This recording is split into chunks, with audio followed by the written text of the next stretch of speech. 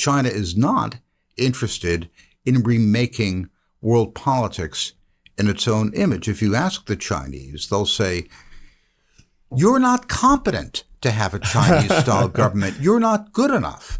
You let stupid people become your leaders. And I'll say I'm an American, and it's my God-given right to vote for an idiot if I want. I have, and I'll continue to. Unlike many other people, the Chinese have a tradition of education. It comes from the Mandarin exams going back thousands of years. So you have a very hardworking, dedicated, disciplined, highly educated population that can assimilate and in some cases develop technology at a remarkable rate. And you also have a Communist Party that's willing to allow at least certain amounts of freedom to capitalist enterprises. Chinese can simply blockade the island. They'll run out of fuel in 12 days. So the Chinese also don't want to kill a lot of Taiwanese.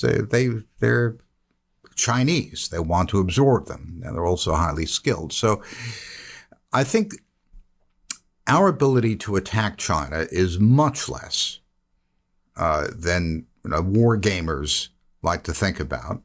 And of course, the Chinese don't have the means to attack us. So remember, until the 2008 crisis, the Chinese looked at the United States in unalloyed admiration, wanted to emulate the United States.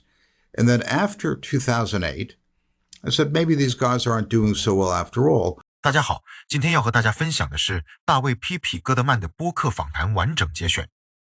戈德曼曾深耕华尔街投行，又在香港中资精品投行任职多年，长期近距离观察中国科技、产业与地缘战略发展，同时还担任亚洲时报副刊主笔。克莱蒙特研究所资深研究员，拥有金融、军工智库双重从业背景，是少有的既深度接触华为等中国头部企业，又熟知美国国家安全顶层规划的西方政策学者。在这期对话里，他也对比了中苏体制的本质差异，剖析中国数千年治水文明衍生的集权治理逻辑，解读一带一路、移动宽带数字化在全球南方带来的巨大变革，同时预判人工智能、自动化工业会重塑未来全球工业格局。他的观点在华盛顿主流对华鹰派共识之外，提供一套更贴合现实、基于实地调研的另类分析视角，对理解当下中美博弈极具参考价值。接下来我们一起来听听他的完整论述。And I became both fascinated and alarmed at what China was doing. I came to the conclusion that most Americans vastly underestimated where China was going and what it could do, that it was becoming a true strategic competitor, and that its capacities in the tech space were beyond what we were thinking of. Interestingly, in that capacity, I advised Huawei. I helped introduce them to the government of Mexico in 2014, 2015. They ended up building a 4G mobile broadband network very successfully. I think I'm the only person I know who has both advised the NSC and the Office of Net Assessment at the Pentagon, as well as Huawei. I have to say I prefer to advise the American National Security Establishment than Huawei. I do not currently advise Huawei. But I did learn a good deal about the company, and I got to know some fascinating and extremely capable people. And I would say they're not to be underestimated in the slightest. We tend to be dismissive of the Chinese as copycats rather than innovators, as technology thieves, as opposed to entrepreneurs. That is a caricature that will serve us very badly in developing strategy to stay ahead of them, if indeed we can. How are the Soviet-style communism and Chinese communism different? They bear almost no resemblance. Communist Party of China has, I think, 93 million members, and it works like China's HR department. Unlike the Soviet Union, where you rose through Communist Party ranks by loyalty, bootlicking, and being a good toady, You have to be the equivalent of a national merit semifinalist to get a senior position in the Communist Party. And there are performance reviews regularly and 360 commentary by colleagues. They really try to pick out competent people. It's much more like a corporate bureaucracy. The Chinese also have no messianic view of themselves. The Communist Party of the Soviet Union was a messianic organization. It sponsored communist parties all over the world. It organized subversion. All we have now is the Confucius Institutes at universities making, I think, very poor quality public relations for China. China is not interested in remaking world politics in its own image. If you ask the Chinese, they'll say, you're not competent to have a Chinese-style government. You're not good enough. You let stupid people become your leaders. And I'll say I'm an American, and it's my God-given right to vote for an idiot if I want. I have, and I'll continue to. But they don't see it that way. Your choices are going to be preset. So very different entity, very different civilization. Russia is based on the Russian language. You take people from all kinds of ethnicities and you Russify them. Dostoevsky's family came from the Baltic states, moved through the Ukraine, and then through Russia. Stalin was a Georgian. That kind of idea of forced Russification from the top stamps Russian civilization. The Chinese view is you learn to write the characters, you learn to wear Chinese dress, and you pay your taxes. Otherwise, talk your silly dialect, dance your native dances, have your own festivals, worship your own gods. We just aren't interested. Don't tell us about it. They're night and day. And I spent a good deal of time in Russia right after the collapse of the Soviet Union as one of the first wave of economists who went to tell the poor savages how to conduct free enterprise, without success, I should add. They couldn't be more different. Well, and surely the Chinese economy is a much bigger threat to us today than, the Soviet Union's was at that time, right? Well, of course. To get a sense of what the Chinese economy is like, when Deng Xiaoping started the reforms in 1979, started moving farmers to become semi-skilled workers in cities, the rate of tertiary or post-high school education was 3% of the population. It's now 64%.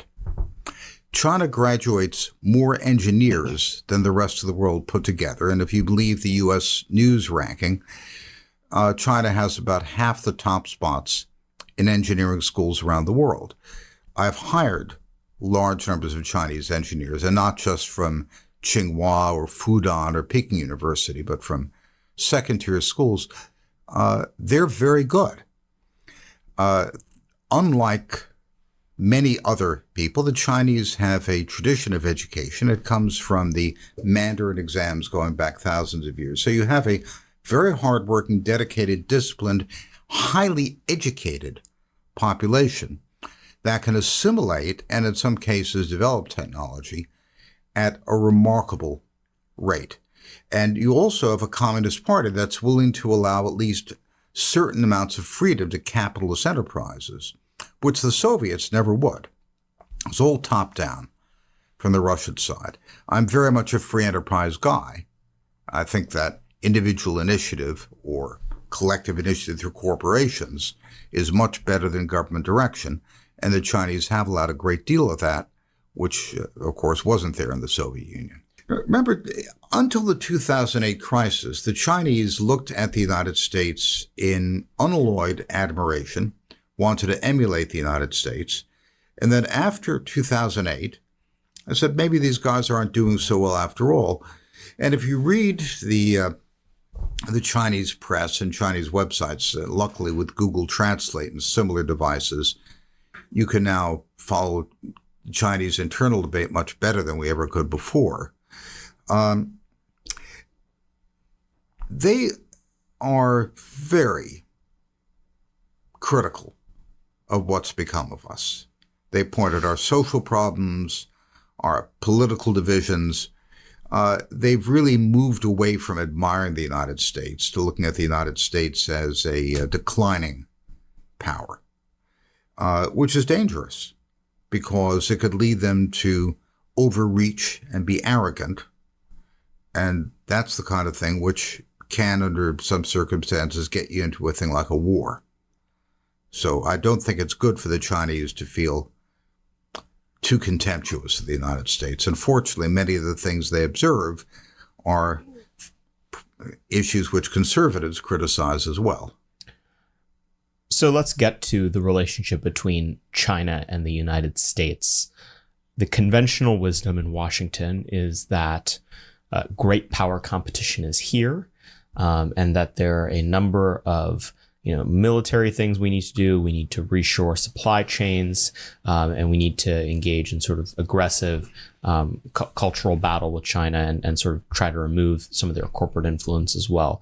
What is your assessment of the current state of Chinese-U.S. relations, and where do you differ from this consensus of where we need to go? Well, militarily, we have the conundrum that it's extremely difficult for either of us to fight each other because we're very, very far away. In the 1990s, the American Expeditionary Force, the Pacific Fleet, could steam an aircraft carrier through the Taiwan Strait and just tell the Chinese basically to shut up. Nothing they could do about it. That's not the case anymore. And my complaint about some of the Taiwan hawks, including my old friend Bridge Colby, is that the Chinese have made massive investments in anti-ship missiles, in fourth and fifth generation aircraft, submarines, electronic warfare, and so forth to defend their coast, satellites. And the current Pentagon assessment is that the Chinese can basically hit anything within 1,000 miles of their coast on the surface with missiles. Not much we can do about it. We knew that at the Office of Net Assessment 10 years ago when I was a consultant. And our biggest problem is that we have the equivalent today running the Navy of the battleship lobby that in the 1930s and 1940s refused to recognize that their favorite weapons platform had become obsolete. So it's the shiny toy brigade, like the aircraft carrier is the shiniest of all toys, and they want more of them. We need now. You might be able to launch drones out of submarines or something like that, but you can't run an aircraft carrier. The Chinese, we have what I forget the number, something like I forget how many scores of thousands of soldiers forward deployed. The total number of Chinese soldiers forward deployed is 200. They're Marines sitting in Djibouti, whose job is anti-piracy and civilian rescue. And according to the current Pentagon readout, the Chinese have no intention to expand their Marine force. They probably will get a base in Cambodia. So they have now one base in Djibouti. They'll have two when the dust settles. But what they have done is to massively invest in defending their coasts. And given the distances, it's very difficult for us to maintain control in that area and really impractical to defend Taiwan. The war games that you read are about, a Normandy-style invasion where, the Chinese come in landing craft and we've got the Taiwanese on the beach shooting them like in Saving Private Ryan. It's a ridiculous scenario. Chinese can simply blockade the island. They'll run out of fuel in 12 days. So the Chinese also don't want to kill a lot of Taiwanese. They're Chinese. They want to absorb them, and they're also highly skilled. So I think our ability to attack China is much less than war gamers like to think about.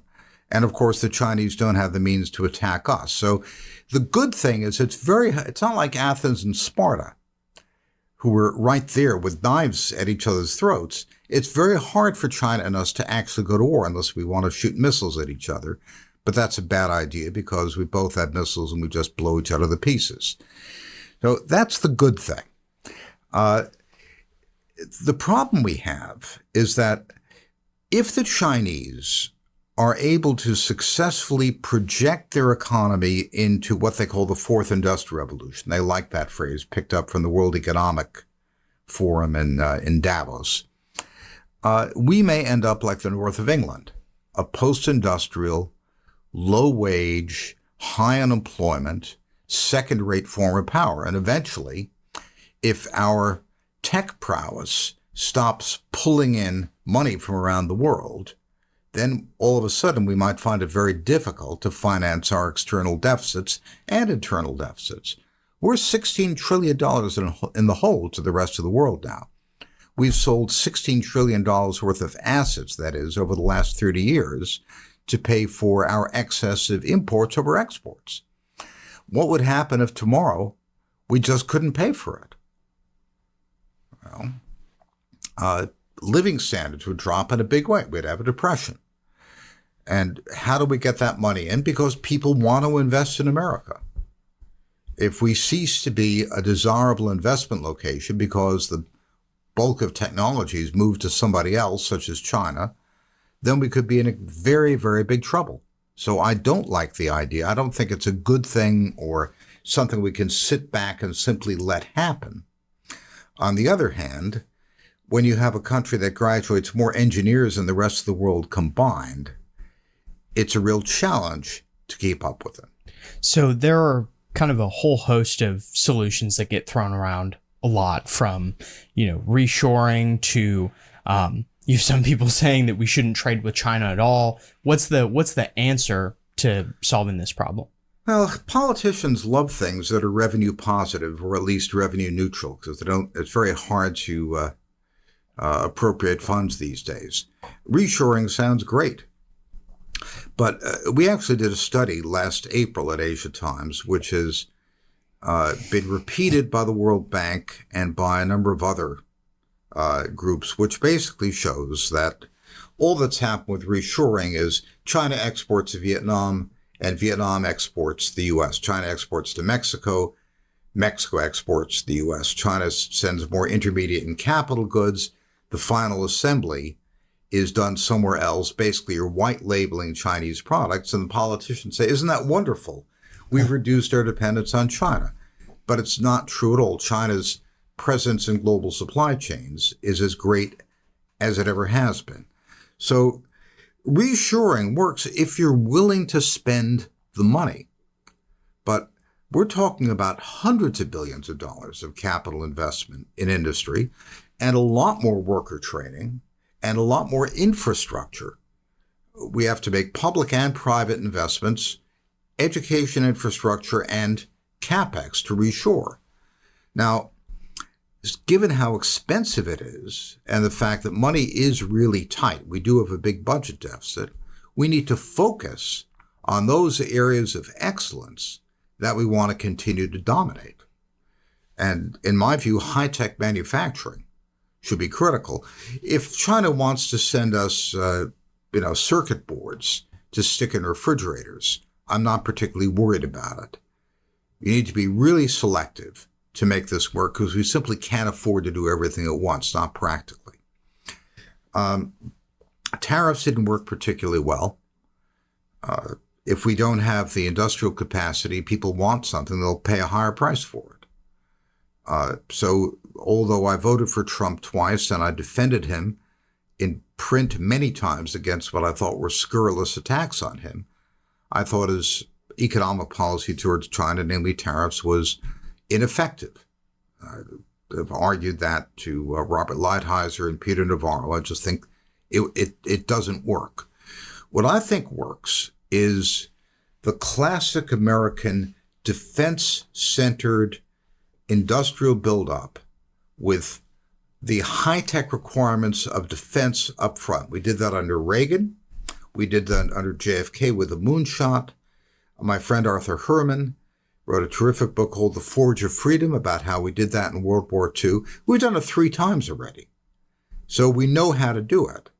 A lot of people say, well, we don't have the manufacturing anymore. We're done with the labor. Can't do it.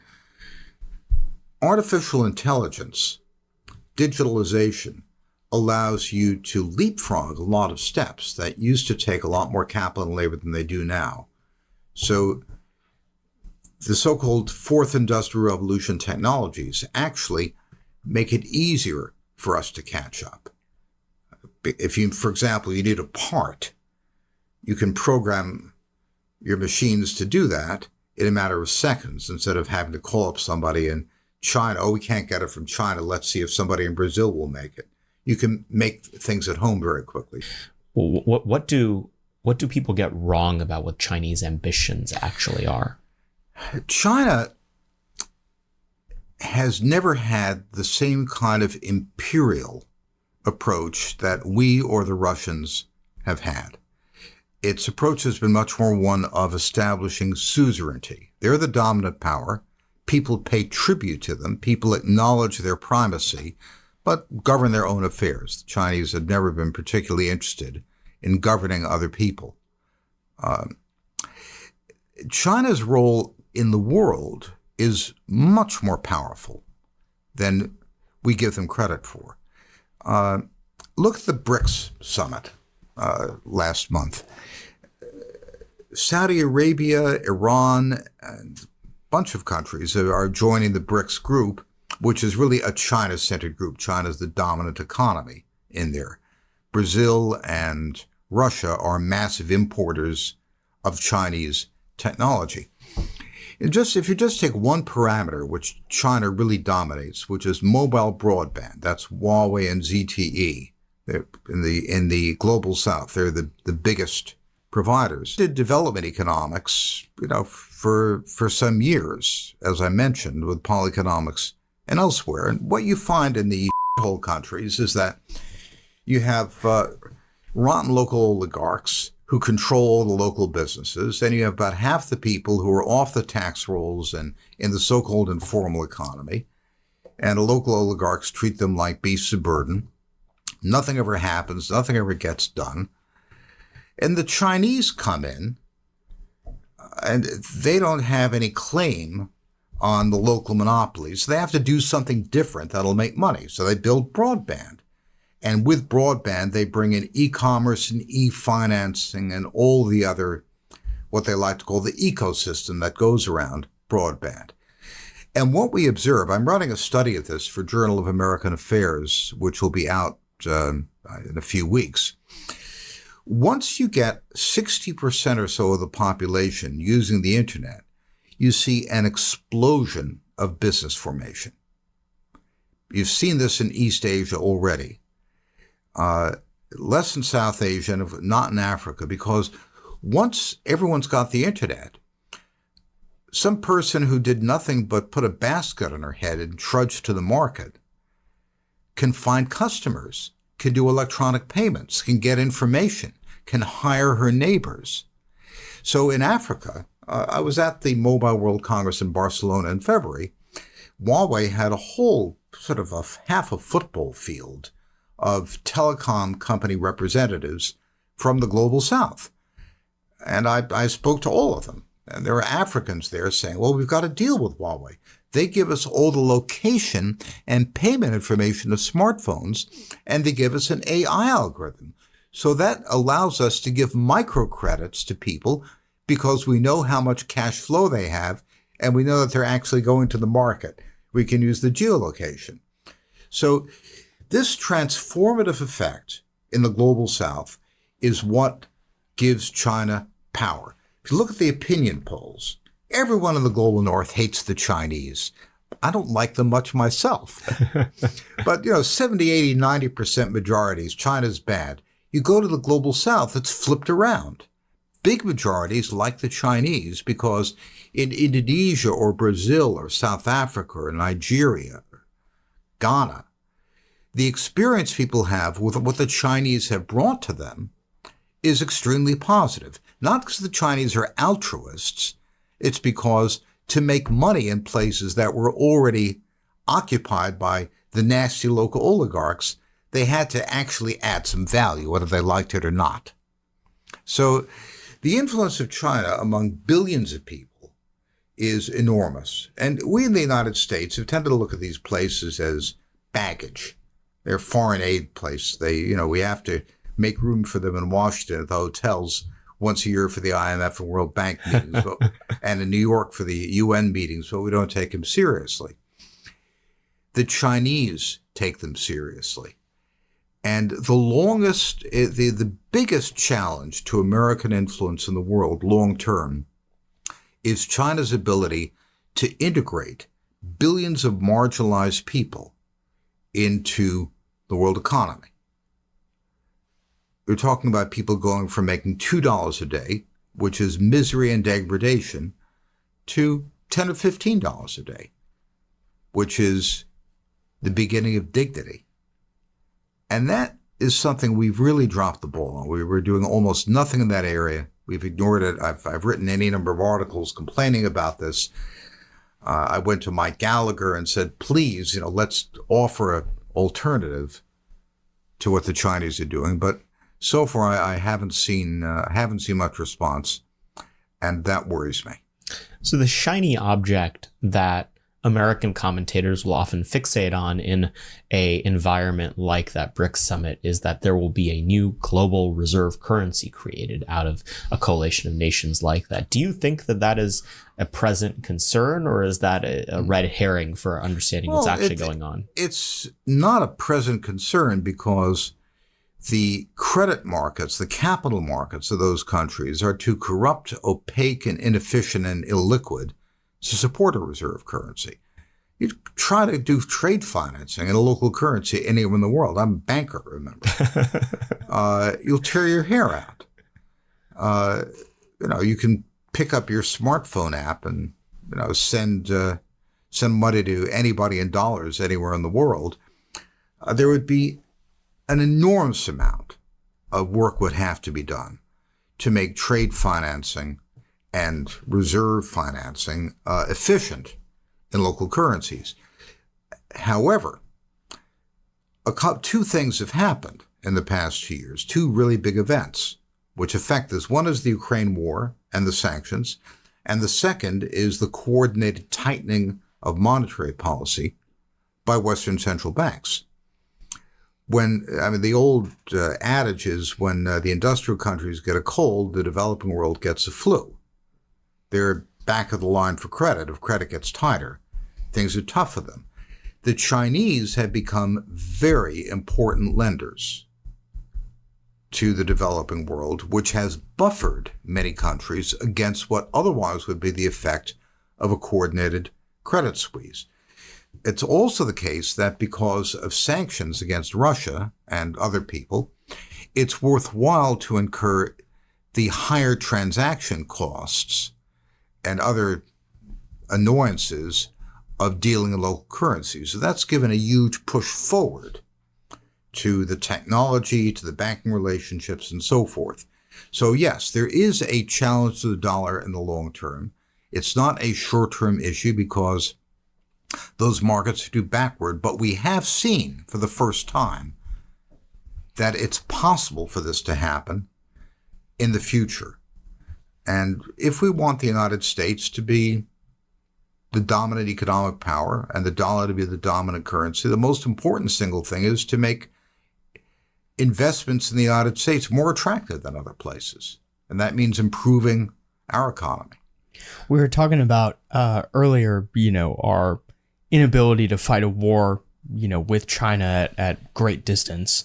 And we did kind of skip over the fact of what should we do about Taiwan in particular? Look, Taiwan in the medium term is very simple.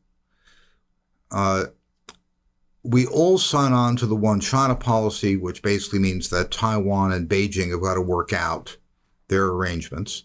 We do not play games which look like encouraging sovereignty. So, for example, having the Speaker of the House go to Taiwan from a diplomatic protocol standpoint is dancing close to the third rail because constitutionally, that's the number 3 in line to the presidency. So that gets the Chinese all upset, and the United States is playing coy, saying, well, of course, we're not quite crossing the third rail, but we're letting you know we could.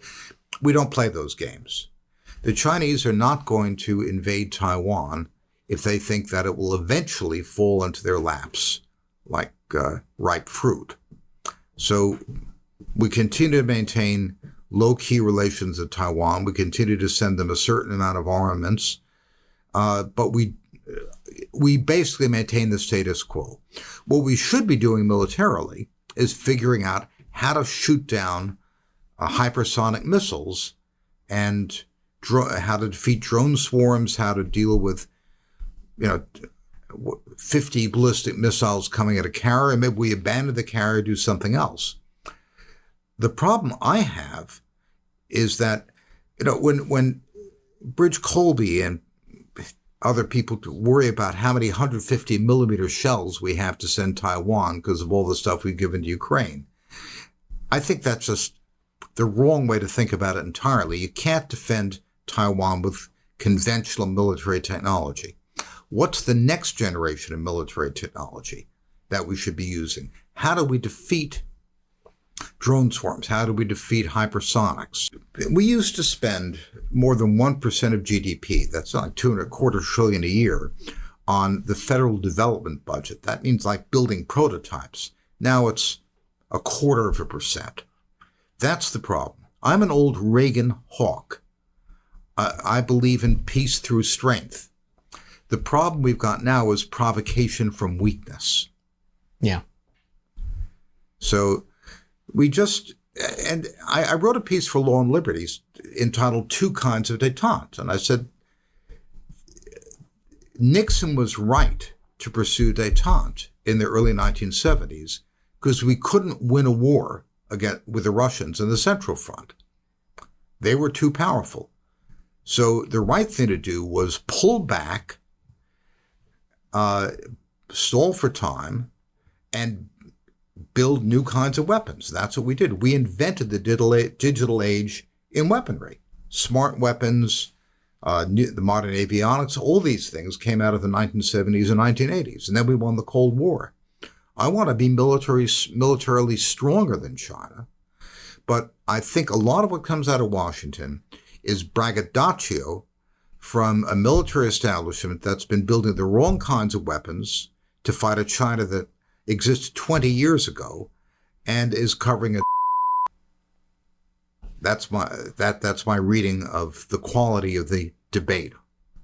One of the things that people bring up time and time again when they're trying to say that there's threat inflation with regards to China is that their military is completely untested in a conventional warfare environment. Do you think that matters? Are all of their guns going to make a whoopee cushion sound the second they're shot on a battlefield? What's going to happen? That's a very difficult question. The Chinese, the People's Liberation Army, is like this character from a horror movie with a gigantic head and a spindly, tiny little body. The PLA as a land army is one of the worst trained, worst equipped armies in the world. It's a joke. The PLA spends, last I checked, I think $1,800 to equip a soldier. We spend about $20,000. What's $1,800? It's a rifle, a helmet, and a pair of boots. Change of uniform. We also value each individual soldier much more highly. Well, true, but the Chinese don't seem to have done anything with their land army. They have a mediocre tank. They just don't have very much. They don't even have any ground attack aircraft. But the Chinese have a pure interceptor. We haven't built a pure interceptor since the Starfighter, I think, in the 1950s. It has no cannon. It's only there to defend the Chinese coast. And they've got 1,000 fourth and fifth generation planes. How good they are, we really don't know because we haven't fought them. I hope we don't find out how good they are. But we know that their missiles are extensive and they're very good. And they've got plenty of diesel electric subs, which make about as much noise as turning a light bulb on. So their capacity to defend their coast should not be underestimated. The rest of their army is backward. And that's a good thing, because since they haven't built up much by the way of land forces, they don't have much sea lift capability. It does not look like they're planning to invade anyone. They've got, I think, total 30,000 Marines. Last I checked with the Pentagon sources. What do we have, including reserves? 180,000. They have 12,000 special forces. We have 75,000 special forces. So Chinese have not been putting money into the kind of things that would be the spearhead of foreign intervention. Not according to any source, including the Pentagon, that I've seen.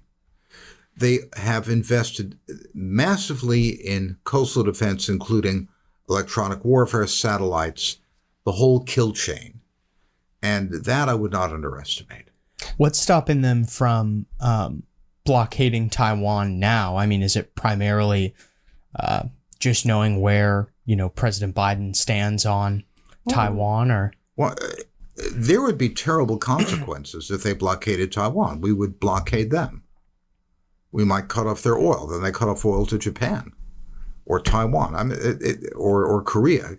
This could escalate very nastily and be terrible for everybody. And one thing the Communist Party of China wants to do is keep its people prosperous, and this would cause a depression in China, probably in the whole world. So the price they would pay for taking any kind of military action against Taiwan, and they have blockaded it for a day or so by running exercises, which are effectively a overnight blockade. But real blockade, we'd make them pay a price, even though it would cost us. It would hurt everybody. So unless they feel they have to, I don't believe they'll want to pay that price. The trick for everybody is simply to leave that off the table and let us do what Reagan and, in fact, Jimmy Carter before him did, rebuild our military technology. I know that you have your preferred scenario as it relates to Taiwan, but what do you think is the most likely outcome over the next decade or so?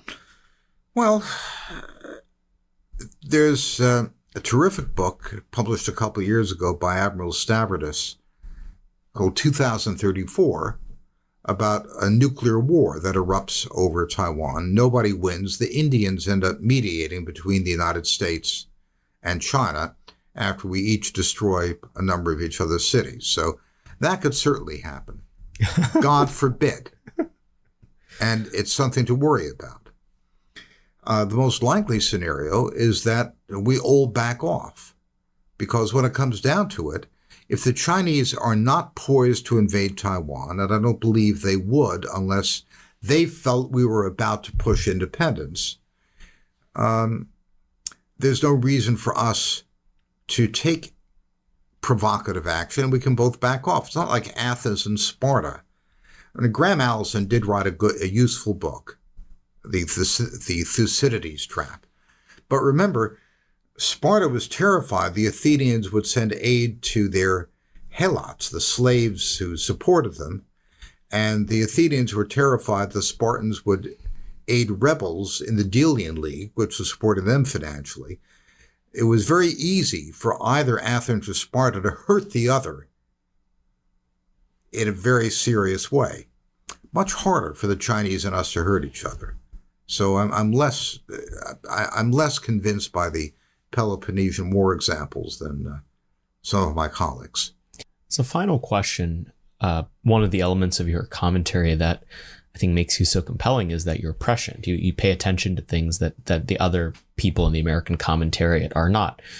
What is that thing right now? What is the thing that you're paying attention to that no one else is? Where's the alpha that you have right now? I think the key issue is the so-called fourth industrial revolution, the application of AI. I went to Shenzhen and spent 2 days interviewing Huawei executives about the details of what they're doing industry by industry, factories, mining, railroads, warehouses, ports. I visited the Tianjin port, which is one of the top 10 ports in the world, completely automated, run by AI algorithms directing giant cranes through 5G and autonomous vehicles. One of just astonishing things. Now, these are early days yet. What we're seeing are advanced prototypes that have not yet been mass adopted. But they could be adopted very quickly, in which case China will be, without any question, the world's dominant industrial power. We have vastly underestimated what the Chinese are capable of.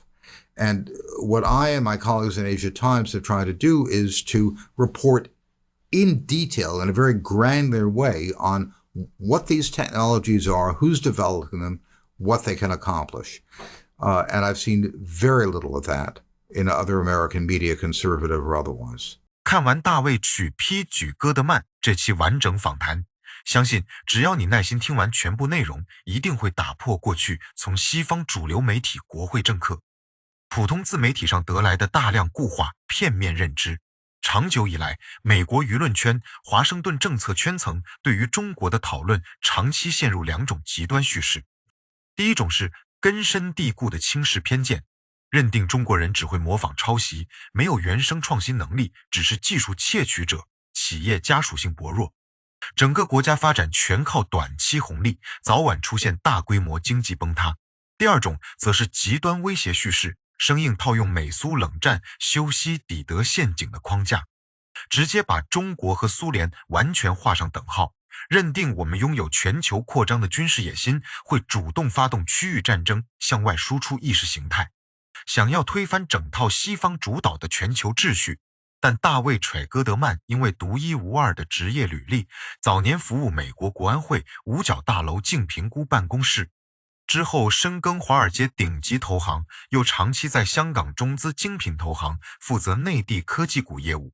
2014年、2015年亲自为华为提供咨询，协助开拓墨西哥 4G 市场，常年往返内地走访深圳、天津、成都、广州各大城市，实地参观华为产业园，天津全自动 AI 港口，国内重工、矿山、轨道交通全产业链，拥有普通美国智库学者、政客完全不具备一线实地经验，所以他的整套分析跳出了华盛顿同质化群体思维，既有对美国自身弊病的深刻自省，也从中华文明数千年底层逻辑切入拆解中国发展的根源，同时客观点出我们发展过程中客观存在的矛盾与难题，不吹捧，不妖魔化。这套视角具备极高的参考价值。我们先完整梳理整场访谈里戈德曼提出的全部核心关键观点，再逐一辩证拆解，区分客观事实与他自身带有的西方固有认知偏差，最后延伸到当下中美长期竞争、全球南方格局、台海、工业科技、货币体系、各国发展道路等现实议题。完整聊聊这段访谈带给我们的深层思考。首先第一大块，我们先梳理戈德曼最核心的第一个论断：苏联模式和中国式体制几乎完全不具备可比性，二者从选拔机制、核心目标、文明根基、对外策略上天差地别。他提到，苏联苏共体系晋升核心依靠忠诚，迎合上级，依附圈层，官僚不需要具备专业能力，但中国共产党高级干部选拔对标全国优秀尖子生标准，常态化绩效考核，360度同时互评，更像一套大型现代化企业管理体系，而非纯粹官僚机器。其次，苏联带有救世主义全球使命，在全世界扶持共产党组织，策划颠覆他国行动，输出整套革命意识形态，而中国从来没有改造全世界，强制他国复制我们治理模式的想法。中国人看待各国的逻辑是，你只需要学好文字，按时缴税，本土方言、民俗、信仰、本土事务完全自主，不会强行同化一族。对比沙俄，苏联强制俄罗斯化路线完全相反。这里我们先区分戈德曼描述里的客观事实和他的认知局限。客观层面，中苏确实存在本质区分。苏联以单一公有制、全面计划经济为根基，长期排斥市场活力。我国改革开放后建立社会主义市场经济，私营企业占据经济半壁江山，国家仅把控能源、军工、核心基础设施等关键领域，持续放开市场竞争。这一点戈德曼观察得十分准确。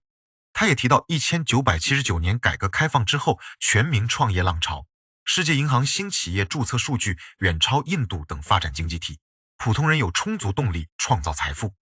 但它存在明显片面偏见，它简单把我国体制类比黑手党，将社会主义制度内核简化为古代法家皇权统治，把儒家文化仅仅当成法家统治的遮羞布。这套解读完全割裂当代中国制度根基。我国的治理体系是马克思主义基本原理同中国具体实际，中华优秀传统文化相结合的产物，全过程人民民主，以人民为中心，共同富裕是顶层核心目标。古代王朝治水集权逻辑只能作为历史背景参考，不能直接等同于现代社会主义治理模式。这套类比带有西方单一二元对立思维，使他无法完全理解我们制度内核带来的认知偏差，这一点我们一定要辩证区分，不能全盘接纳他的类比逻辑。第二大核心观点，戈德曼完整拆解了西方长期低估中国科技、人才、工业实力的关键误区。他给出一组极具说服力的数据：1979年改革开放初期，国内高等教育普及率仅 3%， 如今已经达到 64%， 每年毕业工程师总数量超过全球所有其他国家总和，国内1、2线。甚至普通二本院校培养的工程人才专业素养都十分过硬。他本人曾经大批量聘用国内工程师，不光清北复交顶尖人才，普通地方院校毕业生同样能胜任高精尖研发工作，根源来自延续数千年科举崇文重教文化。国民普遍愿意为子女教育投入大量时间、金钱，吃苦耐劳、自律务实是整个群体的普遍特质。同时，他实地走访华为、深圳2000英亩产业园，每年250亿美元研发投入，研发经费是诺基亚、爱立信两家总和3倍，园区复刻欧洲古典建筑。任正非坚信美学环境可以激发研发创造力，天津港全自动化码头依靠 5G、IE 算法无人起重机、自动驾驶机卡完整运转。整套第4次工业革命落地成果已经从实验室原型走向规模化应用。在他看来， AI 数字化、智能制造会大幅压缩建厂生产零部件制造的资本与人力门槛，未来工业制造的核心竞争力会彻底重构。同时，他点明西方最大偏见，美国人习惯性称中国人只会山寨、技术小偷，完全无视我们完整的全产业链研发能力。这套刻板印象会直接毁掉美国制定长期竞争战略的基础。这段内容里大部分实地观察，客观数据完全属实，但它依旧存在片面视角。它把科技发展完全归结为人才基数，企业研发投入忽略我国举国体制新型优势。在芯片、航天、新能源、生物医药等卡脖子领域，国家统筹产学研协同攻关的顶层规划力量，是单纯市场企业无法复刻的独特优势。这是西方自由市场思维天然存在的盲区。第三，戈德曼对比中美经济底层逻辑，分析双方各自优势与内生难题。他提出一组核心矛盾：中国层面，国家管控约束和民众天然创业无政府倾向长期持续拉扯，老百姓会想尽办法绕开监管经商牟利，监管层会周期性出台整顿政策。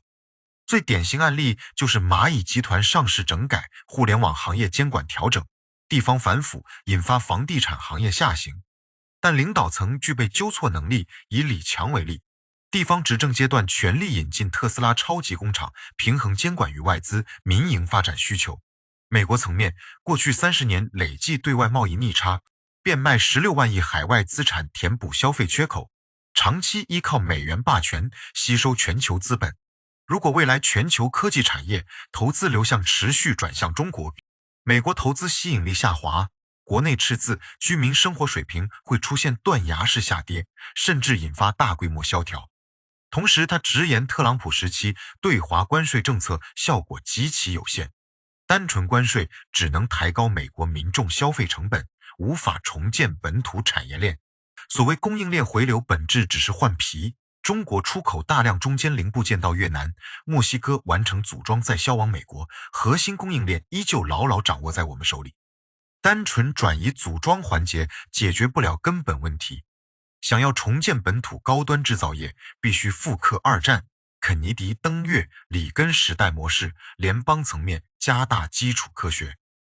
国防导向大额研发投入，公私合营联动，政府负责基建、基础科研，私营企业承接商业化落地。AI 数字化可以大幅降低重建制造业门槛。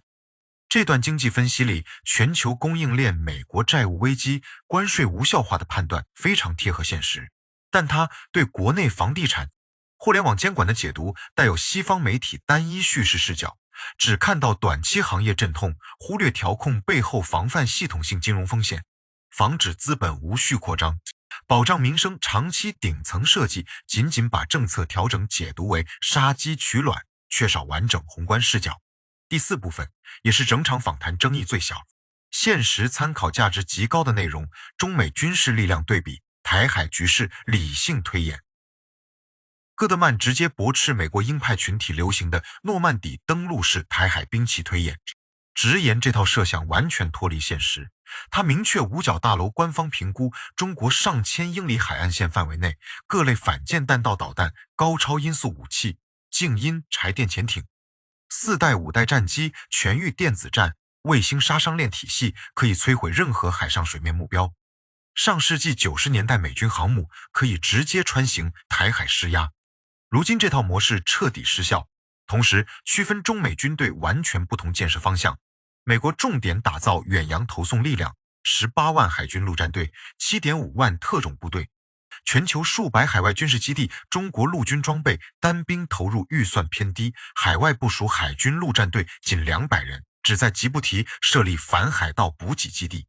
未来最多增设柬埔寨小型港口设施，完全没有大规模远洋登陆、海外干预的军备建设规划，核心投入全部放在近海国土防御，不存在主动跨海征服的军备基础。关于台海前景，他给出清晰判断：第一，大陆封锁台湾不需要大规模登陆作战，依靠海空封锁12天岛内就会出现燃油短缺。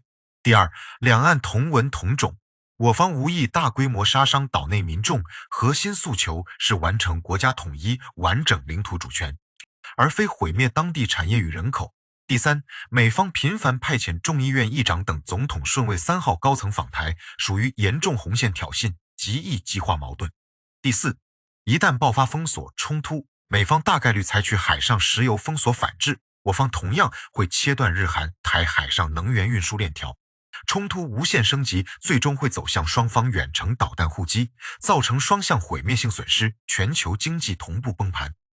第五，最优长期路线是双方主动降温，严格坚守一中政策，台海事务交由两岸自行协商，美方放弃高频挑衅动作，美国把军事研发重心转向反高超音速、反无人机、集群新一代装备，淘汰过时航母等大型水面舰艇军备思维。这段军事台海分析几乎完全贴合客观现实，没有主观偏见，打破美国舆论大量不切实际的战争幻想，客观点明热战对双方毁灭性后果，是整场访谈最具备现实价值的段落。第五大块，戈德曼解读“一带一路”数字基建全球南方格局，预判中美长期全球影响力竞争核心赛道。他实地参与全球移动通信大会和大量非洲、东南亚电信从业者交流，点名华为、中兴在全球宽带基建领域占据绝对主导地位。宽带普及能激活当地非正式小微经济，原本只能徒步赶集底层民众，可以线上获客，电子小额支付、小额信贷，就业率、商业规模爆发式增长。印尼、巴西、南非、加纳等发展中国家民众对华正面好感度远超欧美发达国家。反观美国，长期把发展中国家视作外援负担，仅每年 IMF 联合国会议短暂接待，从未系统性通过基建、数字产业打造可持续合作模式，这是美国未来全球影响力最大短板。同时，他分析金砖扩容、去美元化趋势。短期金砖成员国资本市场流动性差，透明度不足，全新统一储备货币不具备落地基础，但俄乌制裁、全球同步紧缩货币政策两大事件，大幅推动各国本币结算需求，长期美元霸权会持续承压。美国想要维持货币经济主导地位，唯一解法是优化本土投资环境，留住全球高科技产业与资本。这段全球南方“一带一路”的观察非常客观，精准抓住基建数字赋能底层经济的核心逻辑。但它依旧存在一处偏差，它把我国对外合作完全归结逐利商业行为，忽略人类命运共同体，互利共赢，不附加政治条件，对外援助顶层理念，只做生意不干涉内政，不止商业选择，也是完整外交价值导向。